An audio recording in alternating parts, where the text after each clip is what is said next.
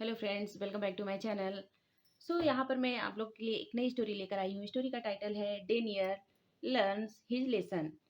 Lesson मतलब पाठ या सबक, लर्न्स मतलब सीखा। डेनियल ने अपना सबक सीखा। वंस एक बार, there was a boy named Daniel. एक लड़का था जिसका नाम डेनियल था। His father worked as a carpenter. Carpenter मतलब बढ़ई। उसके पिता बढ़ई का काम करते थे। But still he manage to raise Daniel decently. But still लेकिन फिर भी, मतलब वह गरीब थे लेकिन फिर भी, मैनेज मतलब परवरिश के सेंस में होगा कि अच्छे से डेनियल की परवरिश की। डिसेंटली मतलब भली भांति प्रकार या अच्छी तरह से डेनियल की परवरिश की। He was sent to college as well. वह सेंट मतलब भेजना, टू कॉलेज एज वेल मतलब इसका मीनिंग होगा वह कॉलेज भी भेजा गया। आफ्टर फिनिशिंग कॉलेज, आफ्टर मतलब बाद में, फिनिशिंग मतलब खत्म करने, कॉलेज खत्म करने के बाद Daniel took up a job and started living independently. Daniel college खत्म करने के बाद डेनियल ने एक जॉब किया। टुक अप अ जॉब मतलब एक नौकरी की, एंड स्टार्टेड लिविंग इंडिपेंडेंटली और इंडिपेंडेंटली मतलब आत्मनिर्भर या स्वतंत्र रूप से रहना शुरू कर दिया। Meanwhile his father fell ill. Meanwhile मतलब इस दौरान, हिज फादर फेल इल उसके पिता बीमार पड़ गए। He could not continue his work. Could not मतलब नहीं सके, कंटिन्यू मतलब लगातार, हिज वर्क मतलब यहाँ पे मीनिंग होगा वह अपना काम जारी नहीं रख सके।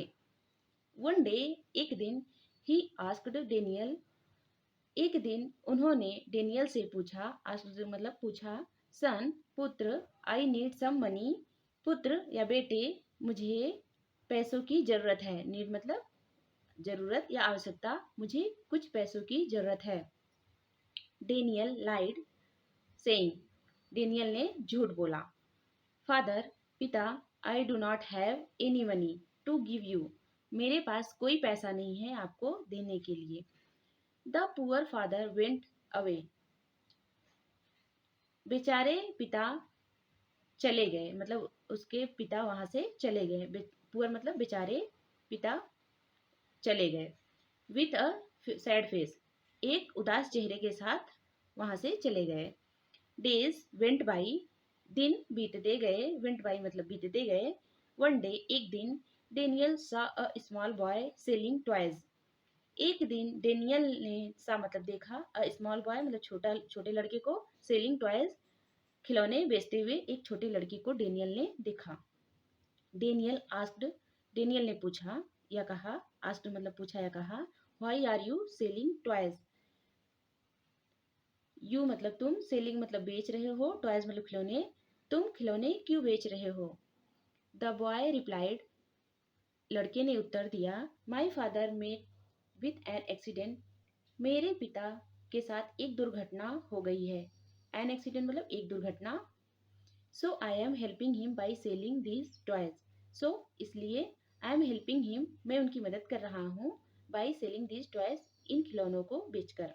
Daniel was reminded of his father at that moment. Daniel was reminded मतलब याद कर रहा था, ऑफ हिज फादर अपने पिता को, एट दैट मोमेंट उस वक्त या उस क्षण। डेनियल अपने पिता को उस पल याद कर रहा था। An emotional Daniel immediately went to meet him.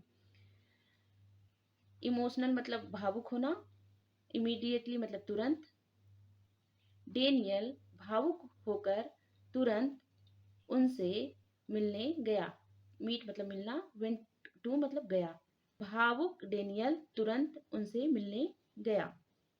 He bagged his forgiveness. ही मतलब वह, बेग्ड मतलब मांगना, याचना करना, फॉरगिवनेस मतलब माफी। वह उनसे माफी की याचना करने लगा।